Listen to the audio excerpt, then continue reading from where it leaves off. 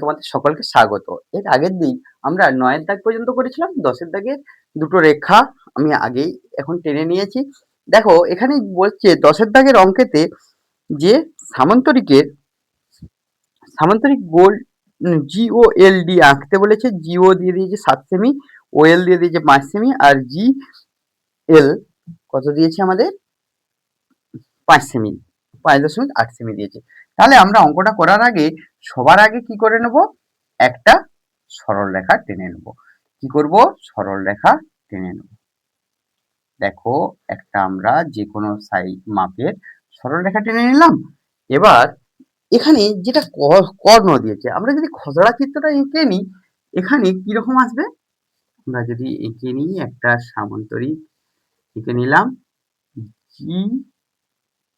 GOL, তাহলে আমাদের OL দিয়ে দিয়েছে আর GL দেওয়া আছে আর GO দেওয়া আছে। আমরা GLটা, তাহলে আমরা যেটা GL আছে সেটার মাপ নিয়ে নিলাম। কি করব, মাপটা নিয়ে নিলাম, ৫.৮ নিয়ে নিলাম।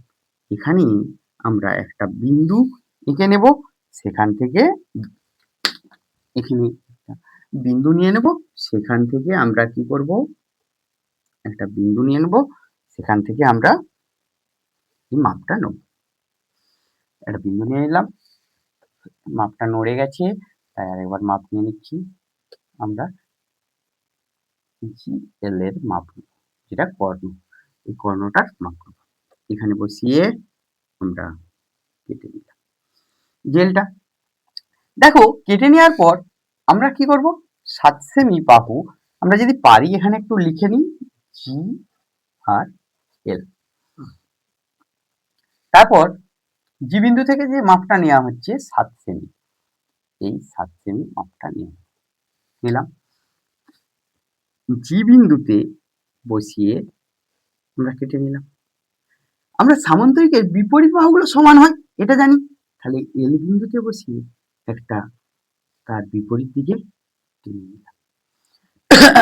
এবার OL আছে মাপটা, এই মাপটা নিয়ে নিলাম। মাপটা নিয়ে এলে বসিয়ে কাটলাম, আবার জিয়ে বসিয়ে ওই বিপরীত দিক থেকে কেটে দিলাম। এবার যদি আমরা স্কেলের সাহায্যে যোগ করে দিই তাহলে কি আসবে, আমাদের সামান্তরিক চলে আসবে। এখানে আমরা এটা যোগ করলাম, তার সাথে এই বিন্দুটার সাথে এই বিন্দুটা যোগ করলাম,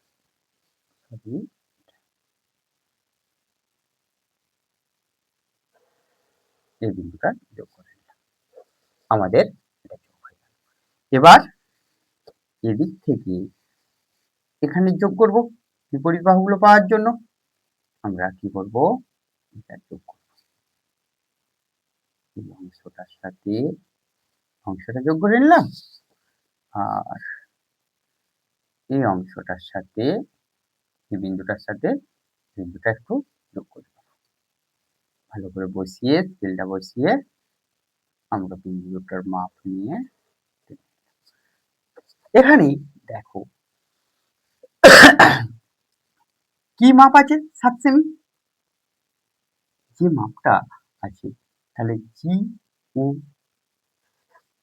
আর GOL এখানে কি বসাবো, ডি বসিয়ে দিলাম। তাহলে আমরা পেয়ে গেলাম একটা সামান্তরিক।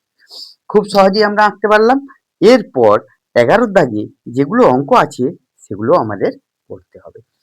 সামান্তরিক তাহলে কিভাবে আঁকলাম দেখলে, যাতে কর্ণটা আগে টেনে নিলাম, যে বাহুটা দেয়া আছে একবার জি বিন্দুতে বসিয়ে বৃত্তচাপ এঁকে নিলাম, আবার এল বিন্দু বসিয়ে উল্টো দিক থেকে বৃত্তচাপ এঁকে নিলাম। এরকম করার কারণ হলো সামান্তরিকের বিপরীত বাহুগুলি সমান হয়ে থাকে। দেখো পরের কোশ্চেনে আমাদের কি দেয়া আছে, পরেতে দেয়া আছে, দেখো ১১ অঙ্কটাতে কি দেয়া আছে, ১১ অঙ্কটায় ABCD একটা আয়তক্ষেত্র দেয়া আছে। ১১ দাগের ১ এর অঙ্কটাতে কি দেয়া আছে, ABCD একটা আয়তক্ষেত্র, ABCD ABCD একটা আয়তক্ষেত্র দেওয়া আছে। এই আয়তক্ষেত্রটার AC 5 সেমি দিয়ে দিয়েছে। AC 5 সেমি দিয়েছে, তাহলে BD র দৈর্ঘ্য বার করতে দিয়েছে। AC কত দিয়েছে? আমাদের 5 সেমি দিয়েছে। তাহলে আমাদের কিসের দৈর্ঘ্য বার করতে বলেছে? BD র দৈর্ঘ্য বার করতে বলেছে তো। ABC আয়তক্ষেত্র আছে, AC দিয়েছে এত, আর BD র দৈর্ঘ্য বার করতে হবে। আমরা BD র দৈর্ঘ্য কিভাবে বার করব? দেখো, আমরা জানি আয়তক্ষেত্রের কর্ণদ্বয় সমান হয়ে থাকে, তাহলে কি হবে?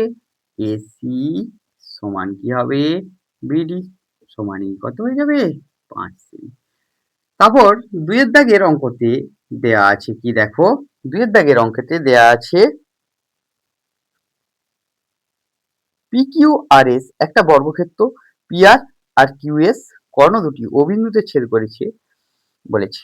PQRS একটা বর্গক্ষেত্র, PQRS একটা বর্গক্ষেত্র।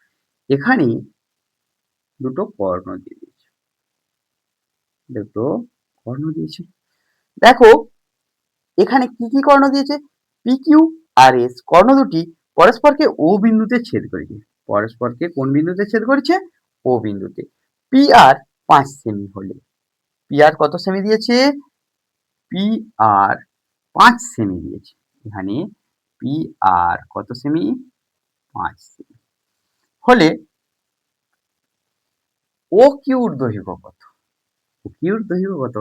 আচ্ছা, বর্গক্ষেত্রের কর্ণদ্বয়, বর্গক্ষেত্রের কর্ণদ্বয়, ক্ষেত্রের কর্ণদ্বয় সমান হয়। তাহলে এখানে কি করেছে? PR সমান SQ। আচ্ছা, আর কি জানি? বর্গক্ষেত্রের কর্ণদ্বয় পরস্পরকে সমকোণে সমদ্বিখণ্ডিত করে। বর্গক্ষেত্রের কর্ণদ্বয় পরস্পরকে কি করে? সমকোণে সমদ্বিখণ্ডিত করে। তাহলে এটা সমানও কত? 5 সেমি। তাহলে আমাদের বার করতে হবে কি? OQ। তাহলে OQ সমান হাফ অফ SQ। তাহলে হাফ ইন্টু 5 সেমি সমান কত হবে? 2.5 সেমি। তারপর যে অঙ্কটা দেওয়া আছে দেখো, ABCD একটা সামান্তরিক, তার একটা কোণ 60 ডিগ্রি দিয়ে দিচ্ছে। তাহলে বিপরীত কোণটা কত? সামান্তরিকের বিপরীত কোণ কি হয়? সমান হয়। একটা সামান্তরিক দেওয়া আছে, মোটামুটি একটা সামান্তরিক ABCD, ABCD একটা সামান্তরিক। তার বলেছে বি কোণ কত হয়? 60 ডিগ্রি বলে দেওয়া আছে। তাহলে বি কোণের মান নির্দেশ করেছে। তাহলে আমরা কি জানি? সামান্তরিকের বিপরীত কোণ সমান হয় ADC। তাহলে কতই হবে? দুটোই 60 ডিগ্রি হবে। দেখো, 4 নম্বরেতে দেওয়া আছে কি অঙ্কটা?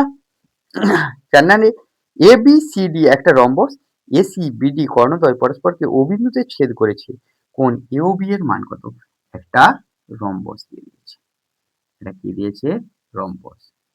তার কর্ণ দুটো, একটা ABCD পরস্পরকে O বিন্দুতে ছেদ করেছে। কর্ণদ্বয় পরস্পরকে, রম্বসের কর্ণদ্বয় পরস্পরকে সমকোণে সমদ্বিখণ্ডিত করে। কি করে? কর্ণদ্বয় পরস্পরকে সমকোণে সমদ্বিখণ্ডিত করে। তাহলে এখানে প্রত্যেকটা কোণের মানই কত হবে? 90 ডিগ্রি হবে। সমকোণ মানে 90 ডিগ্রি। 5 নাম্বার অঙ্কতে কি দেয়া আছে? বর্গক্ষেত্র সর্বদাই রম্বস, কিন্তু রম্বস সর্বদা বর্গক্ষেত্র নয়। তাহলে শূন্যস্থানটায় কি লিখে দেবো? বর্গক্ষেত্র নয়। তারপর দেখো, বর্গক্ষেত্র সর্বদাই কি হয়? আয়তক্ষেত্র হয়। বর্গক্ষেত্র সর্বদাই প্রথম শূন্যস্থানটায় কি হবে? আয়তক্ষেত্র। কিন্তু সর্বদাই আয়তক্ষেত্র কি হয় না? বর্গক্ষেত্র হয় না। এটা দ্বিতীয়টায় আমরা লিখে দেব। তাহলে আমাদের এই জ্যামিতির চ্যাপ্টারটা শেষ। তোমাদের যদি গণিত পাঠশালার ক্লাস ভালো লেগে থাকে তাহলে গণিত পাঠশালা ইউটিউব চ্যানেলে সাবস্ক্রাইব করো ও পাশের বেল আইকনটি প্রেস করো। আর গণিত পাঠশালা ফেসবুক পেজে লাইক করো, কমেন্ট করো, বন্ধুদের মধ্যে শেয়ার করো আর ফলো করো। Thank you.